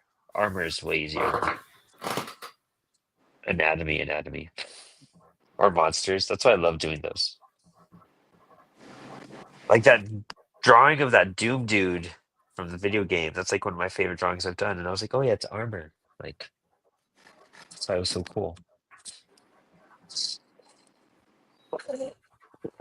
But we are hitting the 2 hour mark here. Nice. So let's climb through the ranks a little bit. Jade, why don't we start with you today? Let's do it. Why don't let's check out your drawing first off. Dude, that's sick. Yeah, so I started with just a handful of zombies in here, and then I fleshed out a little bit more. There's still miles to go, friends, before I sleep. I got a lot of zombies to fill in up top and below, but we're getting there. Yeah, this is going to be a really fun page when it all wraps up. But taking my time on it and filling out the zombies. Nice. Yeah, Love it. But yeah, anything you want to shout out? I mean, we wrapped up panels this last week, so my big kind of like promotional stuff is kind of completed for now. I'll be at Rose City Comic Con this September, trying to do a couple other small shows, kind of like regionally. Nothing definitive yet, and then stay tuned for the fall, y'all. There's going to be a lot of books. So at JadeLowder on Instagram is the best way to stay tuned for everything that's happening. I could also probably shout out my Patreon because I'm starting to post more pages on my Patreon right now as books are kind of getting completed. So if you want to check out my Patreon, it's patreon.com/JadeLowder. And you can read everything I've ever made right there for like $3. Dope, love it. Real quick, Saboteur Comics said, where are you guys where are you getting the tones? Mine always come damaged from Amazon. I get mine from like Jet Pens. Jet Pens. Yeah, the Deleter Junior is what you can get here, unfortunately. I'm gonna look that up too, actually. Sweet. And then we also have Aaron Lee saying, dang man, I have to do some real tones, but mine are digital right now. He did traditional tones on Morgan B. Heron's pinup for Frankie. That's cool. Oh, Nice that's job, awesome. Oh, nice. Excellent. love it. Adam, why don't you tell us what you're up to, what you've got coming up, anything you want to announce? Yeah, man. So I've got an art book coming, Retina Burns. Right now it's Heroes exclusive, but I am gonna open it up a week before I go and do a little pre-sale of some copies. And Relic Hunter 2 is in the works. It's going out to the printer in July. So hopefully it'll be out by Halloween. Let's see what else. I was in Sewer Boys 2 that just finished. And we got funded, so that'll be coming out soon. And I'll be at Heroes in 2 weeks. I'll be at LA Comic Con in, I believe it's in September this year, I think. Yeah, I think they moved it, huh? And that's it. Yeah. Love it, dude. Dude, thanks for coming on. Super hyped. Always happy to have you on the show. Oh It's always man, a love blast. being here, dude. It's a great Doom too, man. That's so cool. What markers are you using? These are some that my wife got me. They're just like sort of like they're sort of like generics, but like they work really well for me, and I really dig them. They So look really good.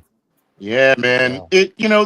They blend really well together, and they came in this nice little. This is like my travel kit. So like Sick. you can see, it's just got like just a few. That's But that way cool. I can That's get some color on a page and stuff. And it's so funny because like I have like a huge thing, but I find myself going to it like less and less, and just sort of like working with what I've got, because it's kind of more fun that way. yeah, yeah. No, yeah, it's always funny because I mean that's kind of what I do right now too. You're just like, well, that's what comes out. It's what the supplies we got, And that's what makes it kind of Exactly. unique too.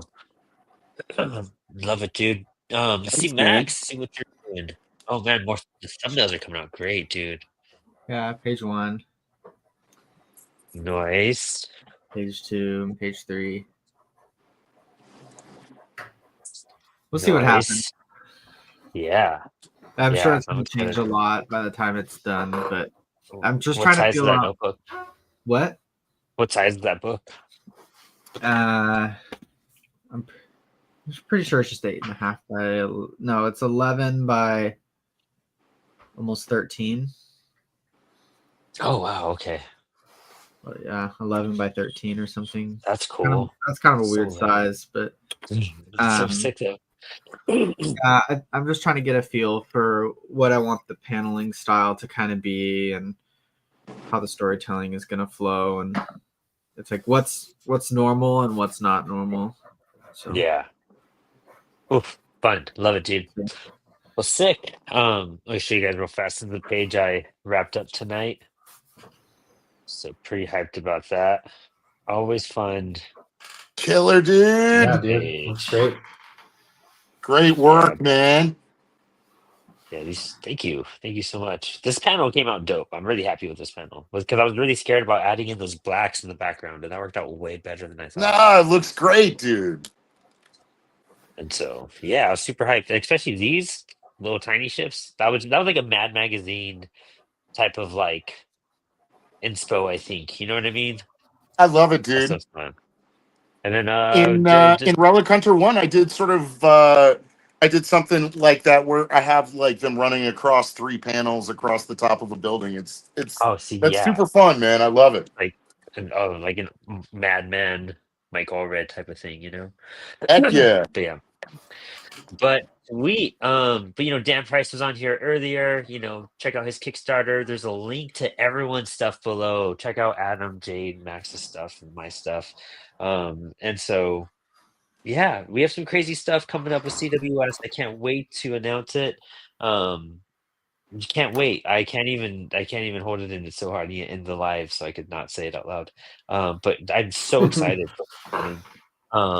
So yeah, stick around. We'll see you guys next week with another stacked cast. And we're gonna be doing another Inspiring live. We're also gonna be doing some cool lives talking about file formatting to help people out and do a live Q&A when it comes to file formatting and on certain platforms and programs. So we're gonna be doing some cool educational stuff coming up as well. I'm really hyped for this summer, and you know, hit me up if you have any questions, and check out Apollo City Comics at apollocitycomics.com. And we have, uh, I think we're doing Positive Force DC on the 21st, one of their events at the MLK Library, and then we'll be doing the National Cannabis Festival in July, which is going to be so rad. And then some library events in Winchester. So, but yeah, super hyped. Thank you guys all for hanging and tuning in and doing some art. And I'm gonna go finish making this comic. So good night.